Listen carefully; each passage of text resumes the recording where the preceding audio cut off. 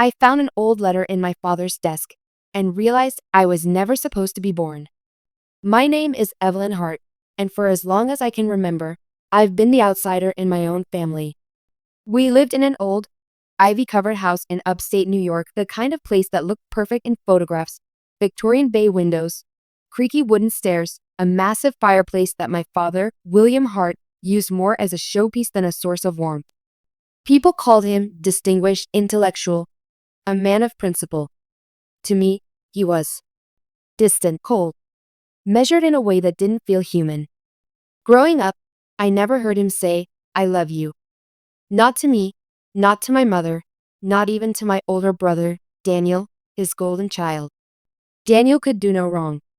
He was everything I wasn't: charming, athletic, confident. He played piano like it was second nature, always had a girlfriend, and always got the best parts in the school play. And Dad? He'd stand at the back of the auditorium with a rare smile on his face, nodding like he'd sculpted Daniel from marble himself. I, on the other hand, was invisible. When I brought home straight A's, he barely glanced at my report card. When I won a writing contest in 6th grade, he asked, "Is there a cash prize, or just the paper?" I stopped telling him anything after that. My mother, Lillian, would try to soften the edges: warm meals, gentle hugs, whispered reassurances, but even she seemed trapped in his shadow. Her eyes were always tired, like she hadn't slept properly in years. My childhood was quiet, obedient, colorless. I stayed out of trouble. I followed every rule.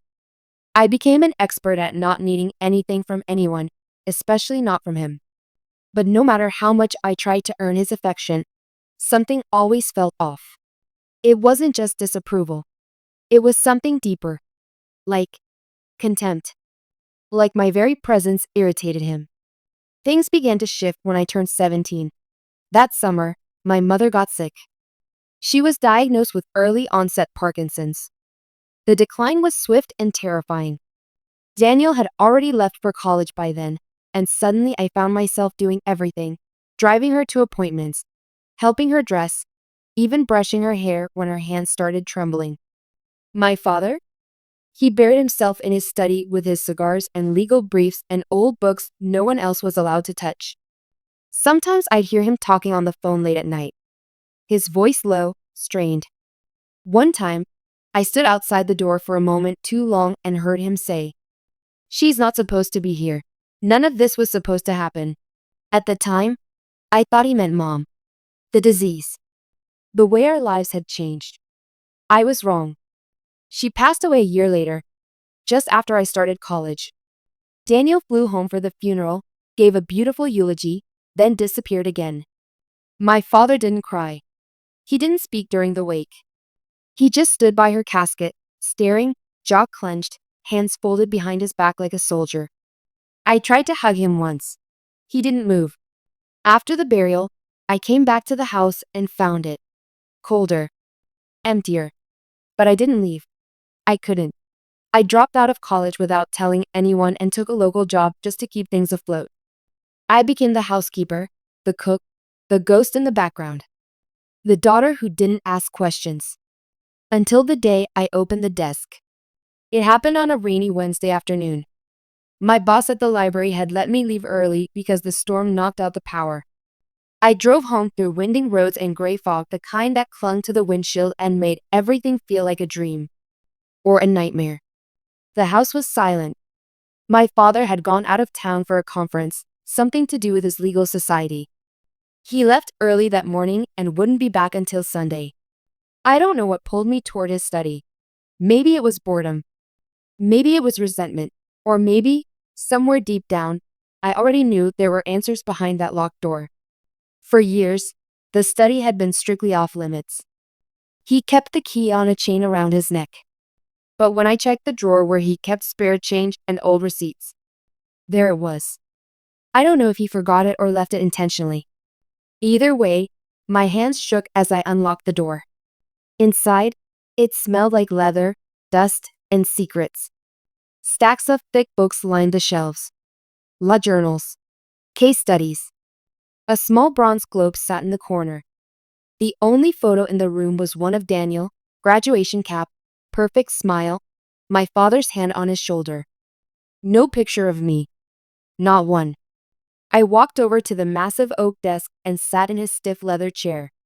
The drawers were neat, too neat. Files alphabetized, envelopes stacked in a pristine row. I wasn't sure what I was looking for until I found it. It was wedged between two manila folders labeled estate and donor agreements.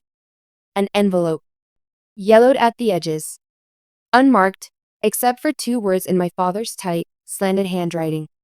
Do not open. Which, of course, meant I opened it immediately. Inside was a single sheet of folded stationery, crisp, thin, and unmistakably old.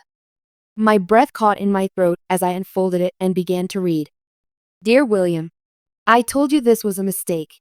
You promised this would never come to light.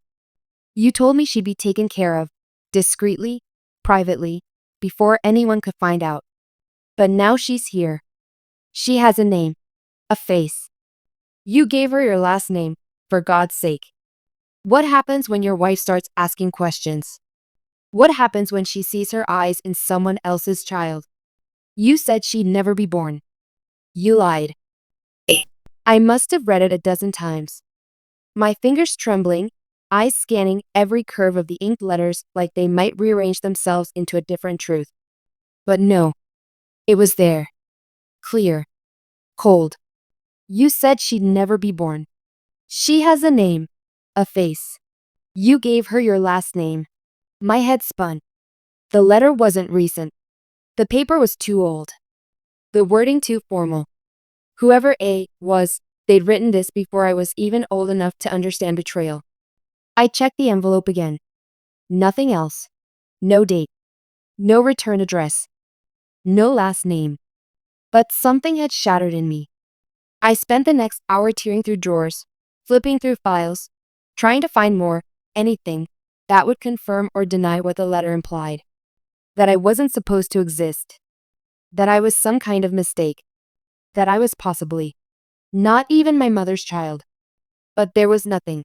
My birth certificate was gone from the family files. No hospital records. No ultrasounds, just blankness. And suddenly, so much of my life made sense. The distant looks. The cold silences. The lack of affection.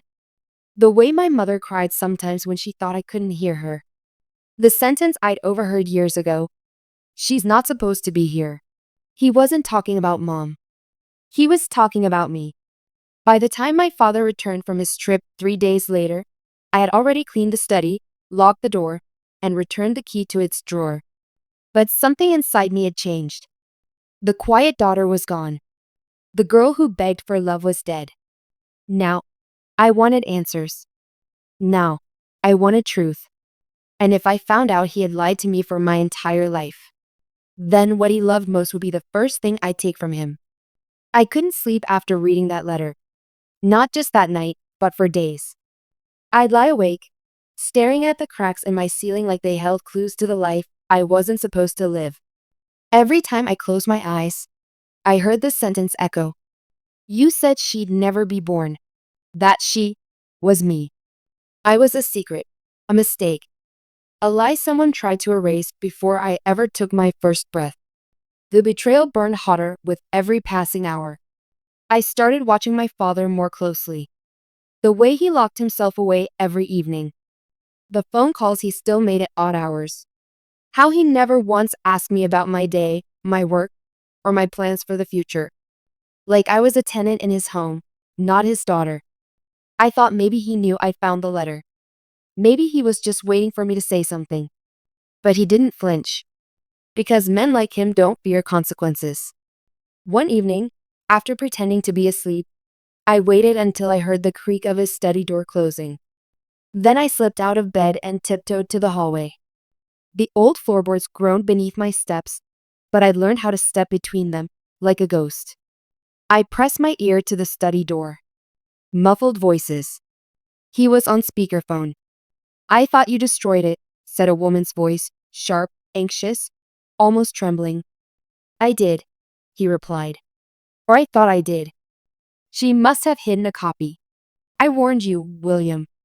You should have never brought her home. You promised me. I handled it.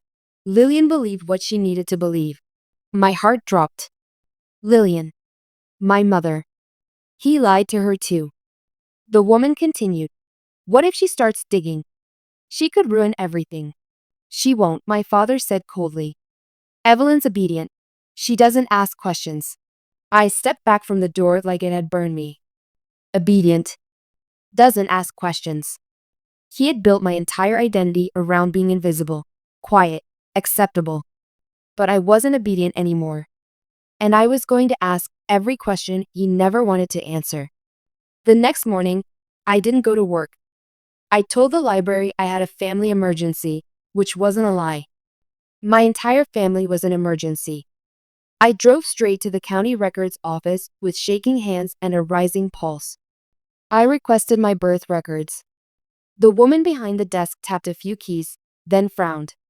There's no hospital file for you under the name Evelyn Hart, she said. Are you sure the spelling is right? I nodded. Your birth date? I gave it. She typed again, then slowly turned the monitor away from me. There it was. Evelyn, no last name. Mother, unknown. Father, not listed. Born at a private clinic just outside of town. Signed out the same day by a man named William Hart. The clerk raised an eyebrow. This is odd. No attending physician listed. No digital signature. No baby footprint scan either. It's bare.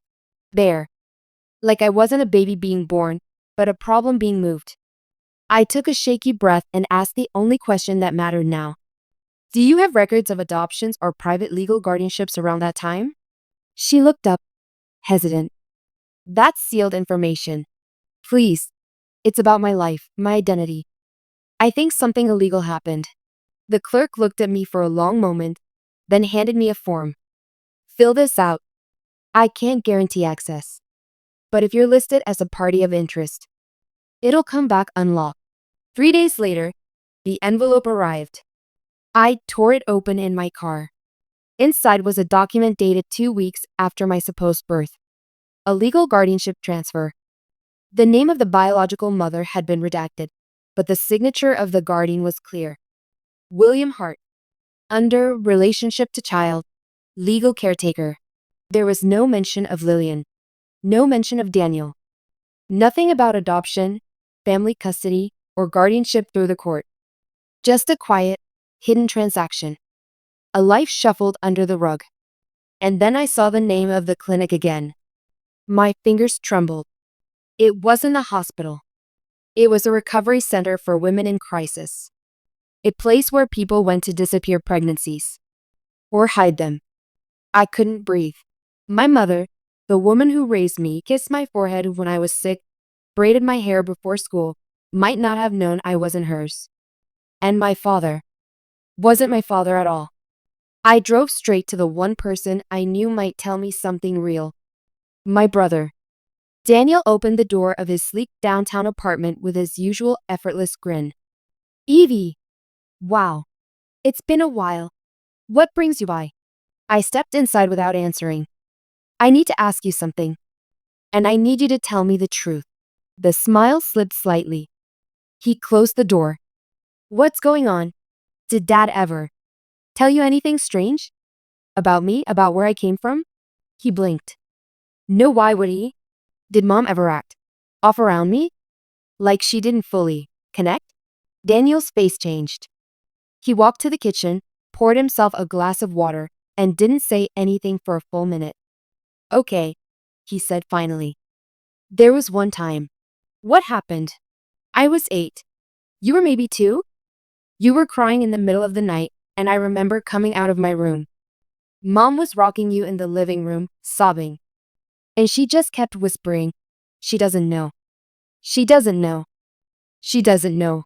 He looked up at me. I asked Dad the next morning if something was wrong. He got furious. Said if I ever repeated anything I heard that night, I'd be sent away to military school. And you never asked again? He looked guilty. Evie, I was a kid. He scared me. I sank onto the couch, the weight of it all pressing down like lead. I wasn't who I thought I was. I was raised in a lie. And the only woman who might have told me the truth was dead. That night, I returned home and went back to the study. Not out of curiosity this time, out of rage. I knew he kept a fireproof box in the floorboard safe beneath the desk. I pried it open. Inside were passports, insurance policies, spare cash, and tucked in the corner, photographs. Old, faded, curled at the edges. One of them stopped my heart. A woman. Young, blonde, tall. Sad eyes. Me. She looked exactly like me. Same cheekbones. Same jawline. Same storm gray eyes. She wasn't my mother. She couldn't be. But she was. The back of the photo was labeled Annabelle, 1996.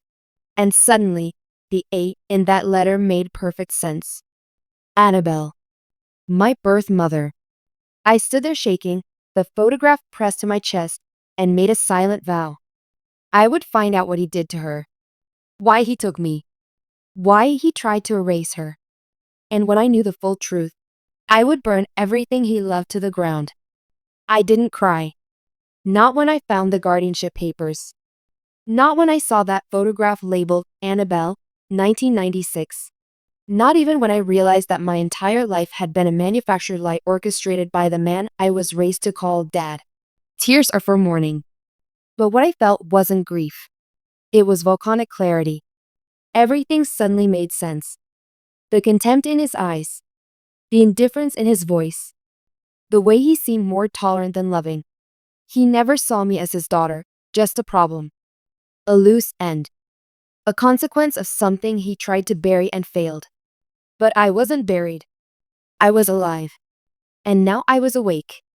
I spent the next few days haunted by that name. Annabelle. Who was she? Where did she go? And why did my father take me from her?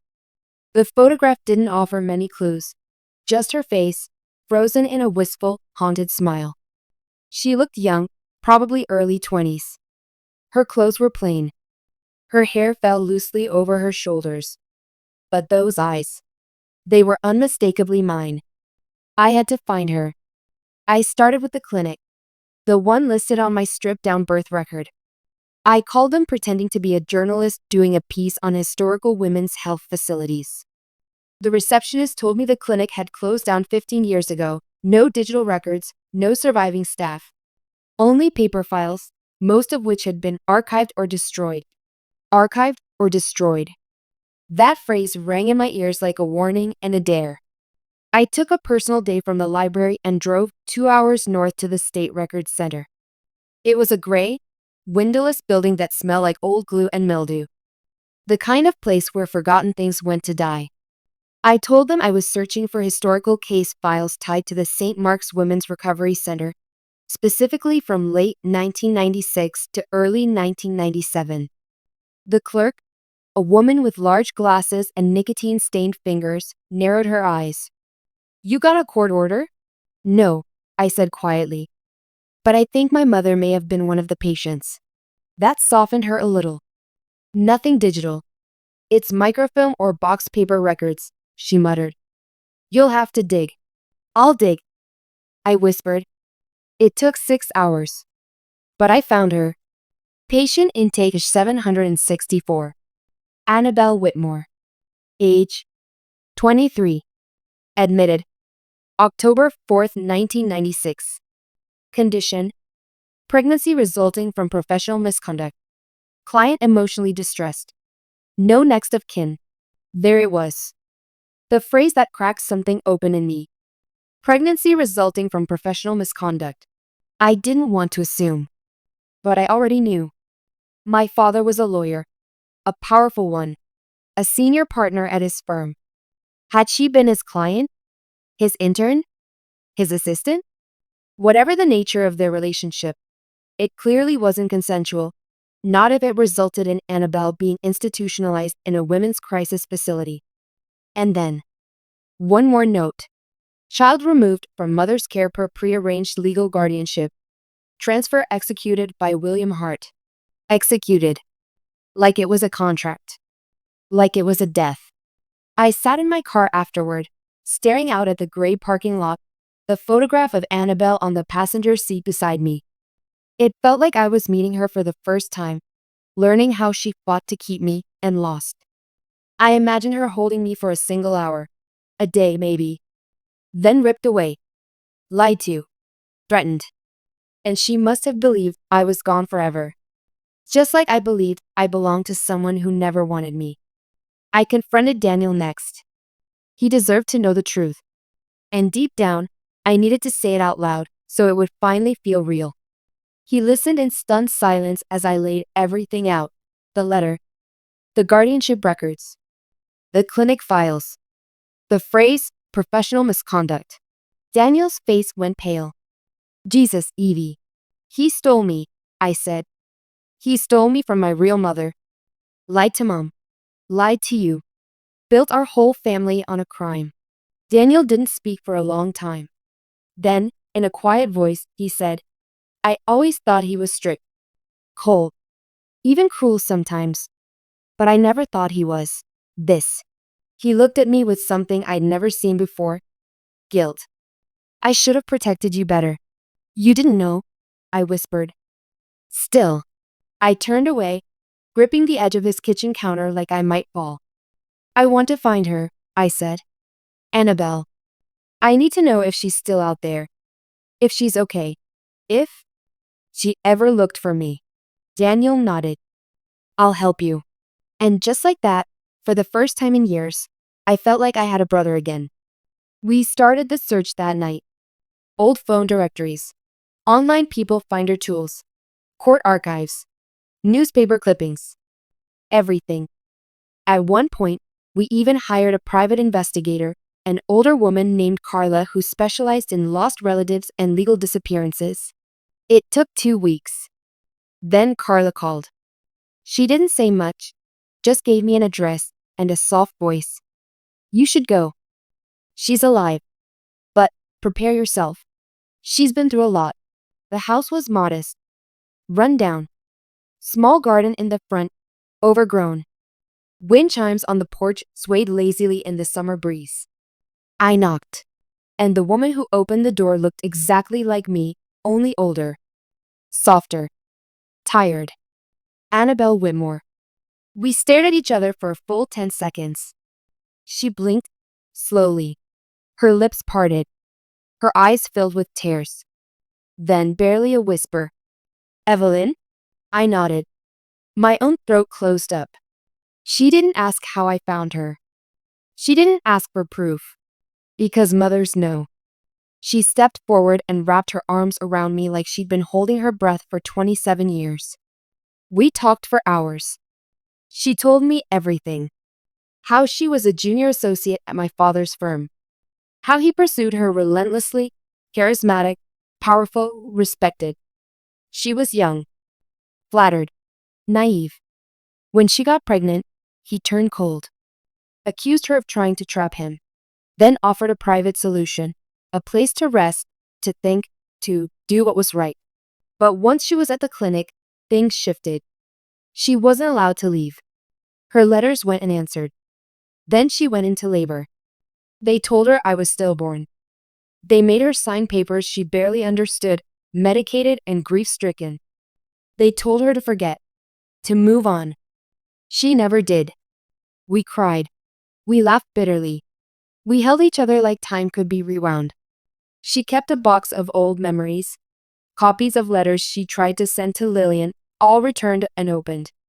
She even had a sketch of what she imagined I might look like at age 10. It looked just like me. By the time I left that evening, we were no longer strangers. We were mother and daughter. But my joy was tangled with fury. Because he had known.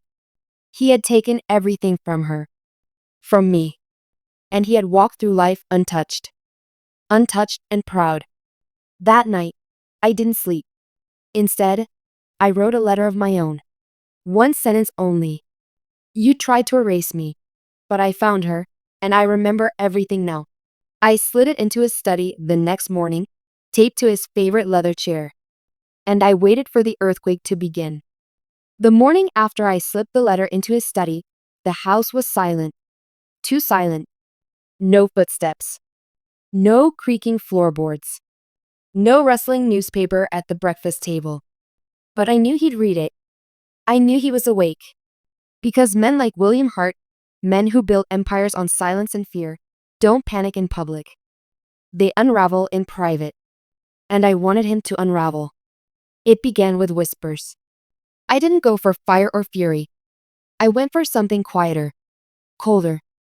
The kind of revenge that peels away a person's legacy one piece at a time until they're forced to stand in the rubble. And he never saw it coming. Step 1. The firm. My father had spent 30 years building his pristine reputation at Hart and Ames, a powerful law firm that handled everything from corporate litigation to high-profile civil suits.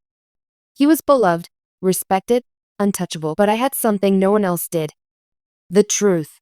Daniel helped me pull the internal strings. He still had friends there, paralegals, junior associates, people who owed him favors or still admired him. I fed them one breadcrumb at a time. A redacted copy of the guardianship transfer. A typed summary of the pregnancy from professional misconduct note. Photo of my birth certificate. And a name. Annabelle Whitmore. No accusations. No press.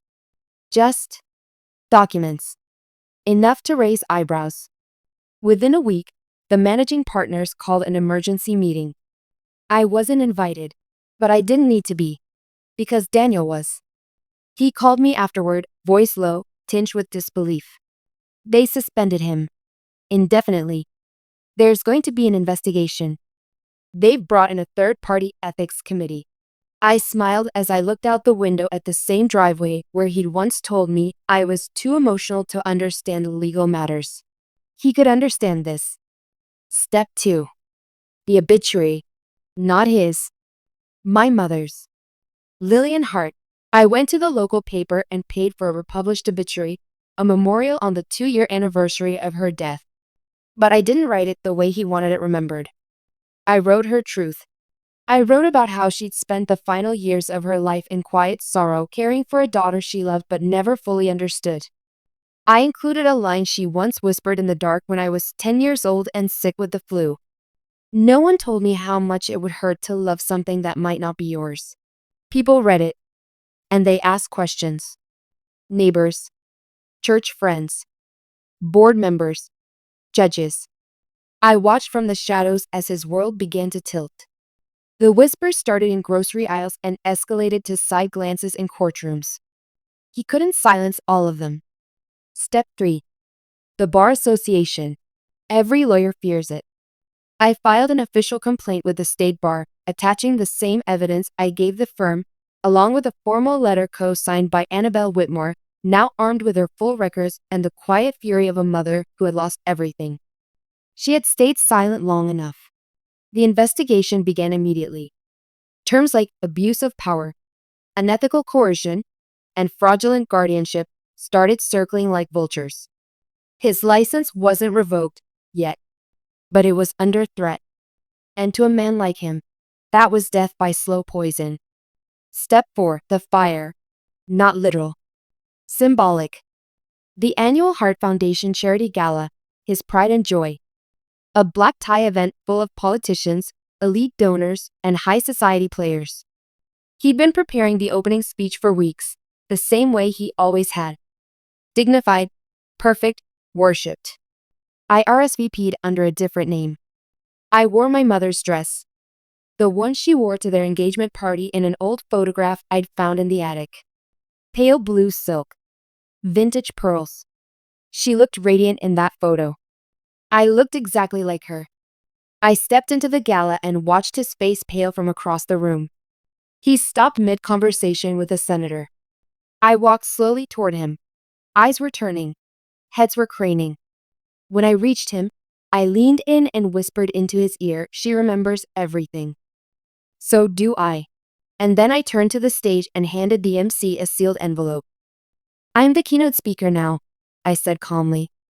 He tried to protest, but it was too late.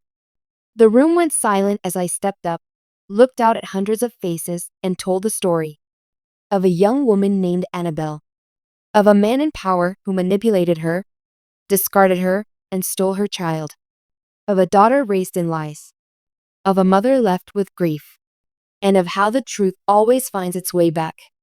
When I stepped off that stage, I wasn't Evelyn Hart anymore.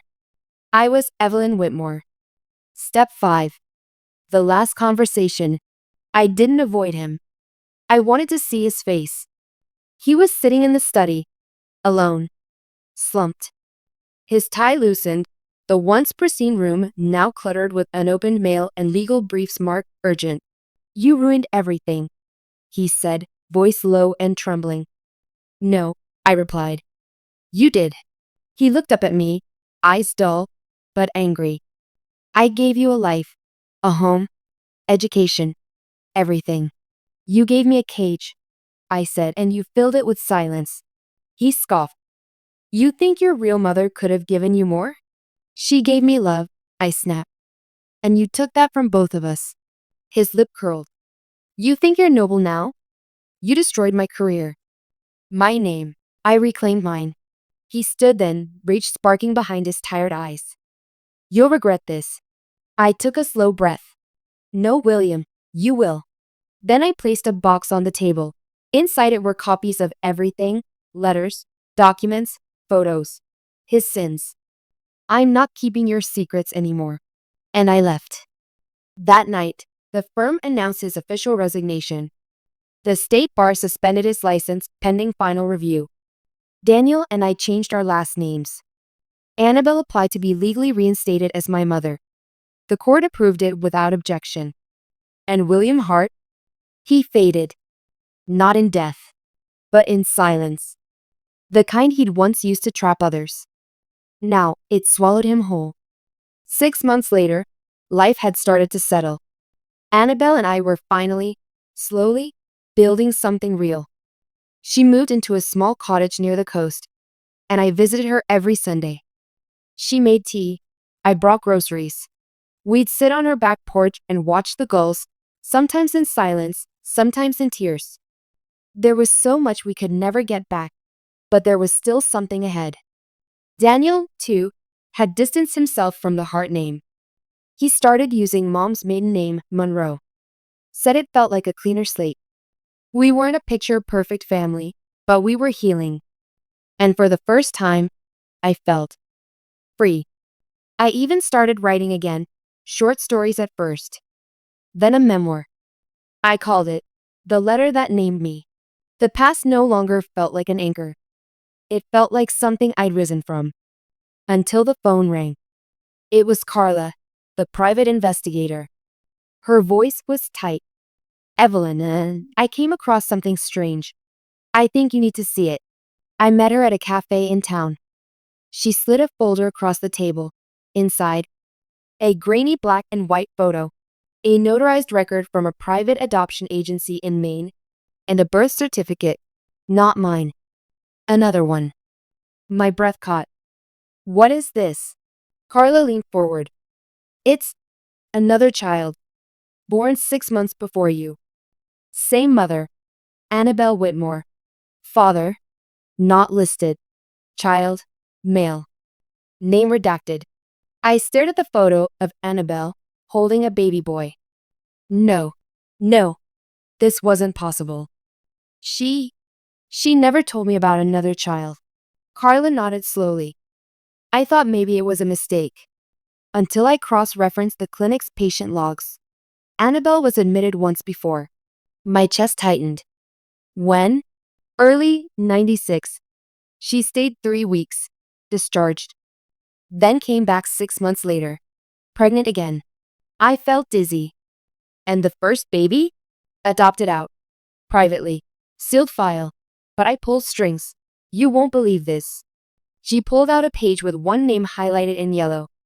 Adoptive father. Richard Ames. Of Hart and Ames. My father's law partner. I drove to Annabelle's that night, my heart pounding in my throat. She opened the door, her smile faltering the moment she saw my face. "Sweetheart? What is it?" I need to ask you something, and I need you to tell me the truth. She nodded, silent. Was I your only child? Her body stiffened. Silence. Then, no. My knees gave way, and I sat on the porch step, the cold seeping into my skin. Why didn't you tell me? She sat beside me, eyes glassy. Because I didn't know where he was. Because I lost him too. Because I was ashamed. You had a son. She nodded. I was 22, just out of college. I didn't know what to do. William said he'd help. Said he knew someone who wanted a child. Someone who'd keep it private, discreet. His partner. I believed him. And then 6 months later, you got pregnant again. Yes, she whispered. He said he'd make sure that mistake never happened again. I turned to her, something hot and horrible rising in my throat. Do you know what this means? I whispered. She looked confused. I think I've met him. The boy. Your son. My brother. Her eyes widened. I didn't sleep that night. Instead, I pulled up Hart and Ames' board directory. There, under Operations Manager, was a face I knew all too well. Noah Ames.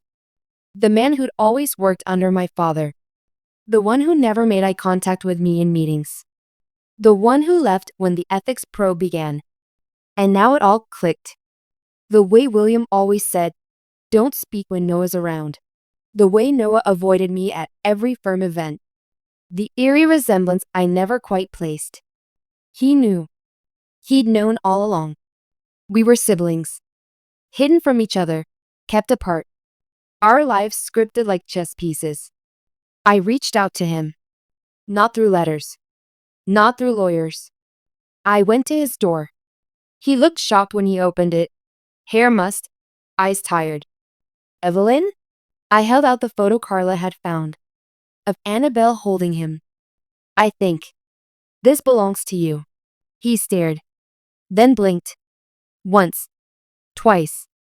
And crumbled. He fell to the floor, sobbing. Not words. Not answers. Just raw grief. I always knew something wasn't right, he choked out. I was adopted. But they never said who. They never told me where I came from. I sat beside him. She's alive, I whispered. Our mother. She remembers you. We brought him to her house the next day. Annabelle opened the door. Her breath caught. And the second she saw his eyes, the one shaped like hers, she dropped to her knees. She whispered his name. He didn't even know he had one. Matthew, she said. That's what I called you. My first. We sat together that night, the three of us, mother, daughter, son, piecing together the wreckage of a life we were never meant to share. And for the first time in my life, I didn't feel broken. I felt whole. Because even though William Hart stole our past, he couldn't control our future. He tried to erase us. But we found each other anyway.